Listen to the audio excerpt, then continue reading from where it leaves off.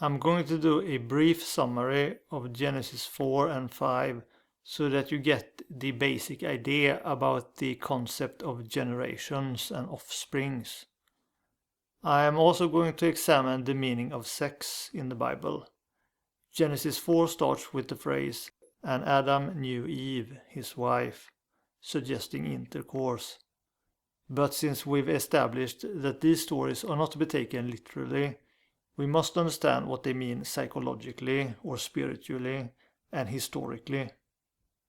Since the man, Adam, refers psychologically to consciousness in our interpretation, the knower, and the woman, Eve, refers psychologically to some knowledge, the act of knowing refers to a process of understanding, of coming to a comprehension or conclusion through a process of thinking, of using the mind.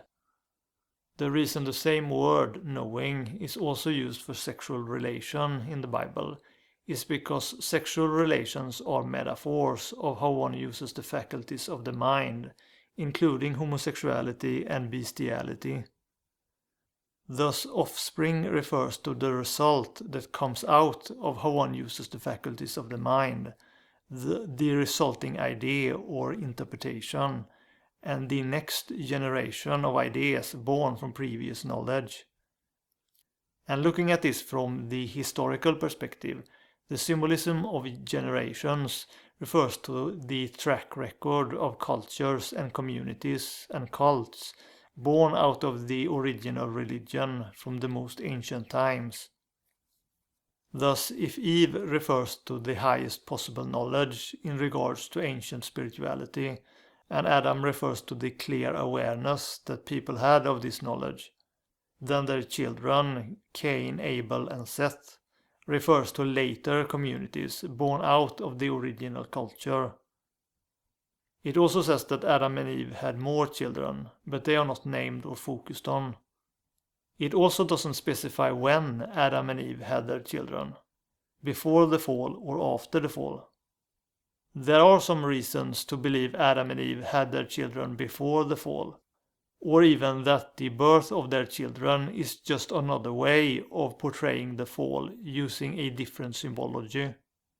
Because in both cases we are looking at a deterioration of awareness and knowledge. The first example, with only Adam and Eve, is better suited to the psychological interpretation, while the second example of the generations is better suited to the historical interpretation.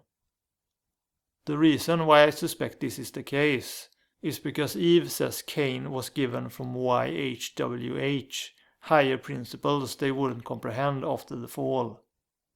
After Cain kills Abel, it also says that Cain went out from the presence of YHWH and dwelt in a land east of Eden. Since it doesn't specify where the presence of YHWH is, we must assume it is Eden, since apparently there are lands outside Eden where YHWH, or God, has no presence according to this. We should also talk about the death of Adam and Eve. God, or the higher principles, had said that they would surely die once they ate the forbidden fruit.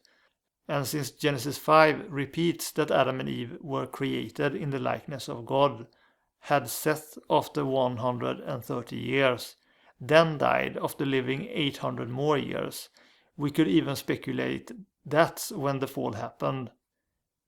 The coats of skin has sometimes been interpreted as a symbol of their death, perhaps implying that they now were no longer human, no longer in the likeness of God, no longer alive, but now had animal nature or animal likeness with the coats of skin. In some sense, the lands outside of Eden would be the Hebrew equivalent of the underworld or the realm of death from pagan traditions, since the Old Testament doesn't actually have a clear reference to hell. Death refers to spiritual death, and spiritual death means having low consciousness. So spiritually, if you produce understanding or knowledge with less and less awareness, you produce within you a quality like Cain, who might kill some of your better ideas.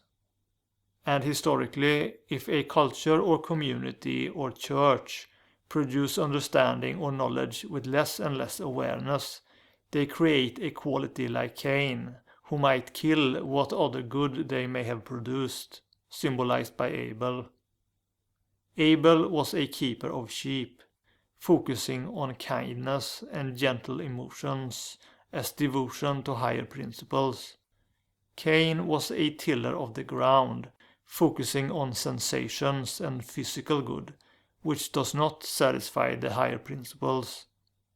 In fact, you could even look at Abel as a controller of emotions and Cain as a controller of physical desires, since these controllers could be regarded as brothers, doing similar work at different levels of the mind, with God saying to Cain that if he does well, he will be accepted. Some aspect of the psyche needs to tend to sensations and desires, but Cain did a poor job of it, even getting rid of the controller of emotions, that he was condemned by the higher principles.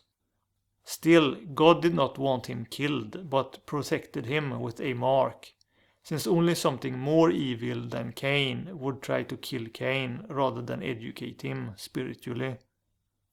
I suspect this mark has more of a historical meaning, perhaps the symbol of some ancient culture that was still considered relatively good, even though it lacked emotional control or kindness, which they got rid of.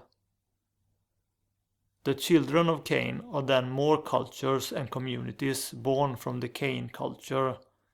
The communities and cultures born from the Seth community are obviously of a higher spiritual quality. With the son of Seth, the community of Enos, it is said that men began to call upon the name of God. After a few more generations, you also have Enoch, who walked with God. And a few generations or communities later, we arrive at Noah, who would be instructed and saved by God. But the meaning of this is all very esoteric and difficult to grasp, such as why both Cain and Seth got children named Enoch and Lamech, and what the specific number of years of each generation means. In general, days refers to states of consciousness, as in the creation story, while years refers to the specific quality of states, depending on what the number of years are. In other words, the number of years do not refer to how many years each culture existed. I don't think days and years refers to actual time. So when the Bible talks about the days of old, it refers to the spiritual states of earlier times, while predictions of future days or future times, such as the apocalypse, refers to spiritual states yet to be achieved in a culture or individual. So the days that Adam lived were 930 years, which involves the special numbers 3, 9 and 12. You get 12 by number addition, 9 plus 3, and by number reduction you get back to 3. 1 plus 2 is 3. 3 is the spiritual number of completion or fullness, a completed process, and unity. All the days of Seth were similar, 912, which also reduces to the number 3. Enos breaks off from this, and you don't get back to a state that reduces to 3 again until Lamech before Noah. But let me now get back to the meaning of the various types of sexual relations in the Bible. Obviously, with men knowing wives, you have types of consciousness or perception producing certain conclusions or ideas from knowing various types of doctrines, systems, or knowledges. So the men are perceptions and knowers within the mind, while wives are knowledge or forms of thinking they are devoted to, and who in turn are devoted to perception and consciousness. Proverbs chapter 2 to 9 illustrates pretty well that women refers to things like wisdom and folly. Say unto wisdom, thou art my sister, and call understanding thy kinswoman, that they may keep thee from the strange woman, from the stranger which flattereth with her words. And then it goes on to illustrate how foreign women and prostitutes are related to folly, how foolish ideas seduce and ensnare perceptions lacking wisdom or understanding. And this is why adultery is condemned in the Bible, even more than visiting a prostitute. Because adultery refers to taking on the knowledge or foolishness that belongs to someone else. At least a prostitute is a foolish idea that does not particularly belong to anyone, but pursuing someone else's strange knowledge makes you a slave to that community or cult, whatever it is. It kills your perception or consciousness, which is what is meant by death. A man having two wives means he tries to gain understanding from two different sources of knowledge. This is not always a problem if both sources are of relatively high quality. So what then is meant by homosexuality? We can figure it out if we understand what it means to not approach knowledge or thinking at all. Two men cannot produce offspring, no new ideas or set of principles, resulting in mindless frivolity, a kind of hedonism of the mind without looking to really know things. Two women can also not produce offspring, and since women do not only refer to knowledge or doctrines, but also one's own memory knowledge or intelligence, we can assume that memory knowledge without perception or consciousness refers to pure imitation, without any attempt to confirm or scrutinize knowledge. In fact, if consciousness acts separately from thinking or memory knowledge, then both can be said to be engaged in homosexuality, so mindless frivolity and imitation often go together. Since the misuse of one's inner faculties in this way leads to a lack of consciousness, we are told to put these processes to death. Executing them by means of stoning may even refer to the use of the foundational stone for this purpose, which is the principles of ultimate reality that will kill falsities in the mind. Same with men and women lying down with beasts, which means consciousness and process of thinking attempting to produce ideas or understanding through angry emotions and personal desires. A lot of weird passages relating to sexual relations, or men and women in general, starts to make a lot more sense when you understand that men and women are faculties of the mind, and sexual relations is the behavior of these faculties in regards to understanding. Even in the New Testament, for example in 1 Corinthians 11, when Paul talks about men dishonoring their heads if they cover them while prophesying, and women dishonoring their heads if they don't cover them while prophesying, refers to the hierarchy of consciousness above memory knowledge. A man who covers his head is a consciousness placing something else above consciousness, and a woman who doesn't cover her head is a memory knowledge placing memory knowledge above higher things. But the symbolism is often so tasteless that I can only read so much of the Bible before getting a bit nauseous. And so I'm going to take a break from interpreting the Bible here, I think. We'll see.